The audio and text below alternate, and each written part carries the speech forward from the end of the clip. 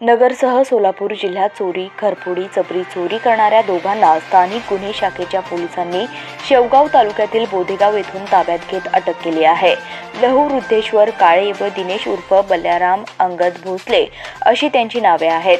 त्यांच्याकडून 2,70,000चे 5.5 तोळे सोन्याचे दागिने, 2 मोबाईल व 1 दुचाकी असा 3,80,000 रुपयांचा मुद्देमाल हस्तगत करण्यात आलाय। 15 जानेवारी रोजी संकेत ठाणगे व त्यांची पत्नी वैष्णवी ठाणगे हे दुचाकीवरून शिक्रापूर येथे जात असताना त्यांना नगर तालुक्यातील कौडगाव शिवारात जाव फाट्याजवळ तिघांनी लुटले होते। त्यांच्याकडील सोन्याचे दागिने, रोकड व मोबाईल असा 14,300 रुपयांचा ऐवज काढून घेतला होता। या प्रकरणी वैष्णवी ठाणगे यांनी दिलेल्या फिर्यादीवरून नगर तालुका पोलीस ठाण्यात जबरी चोरीचा गुन्हा दाखल करण्यात आला होता। या गुन्ह्यासह इतर मालाविरोधातही गुन्ह्यांचा समांतर तपास करण्याचे आदेश जिल्हा पोलीस अधीक्षक राकेश ओला यांनी स्थानिक गुन्हे शाखेच्या पोलिसांना दिले होते।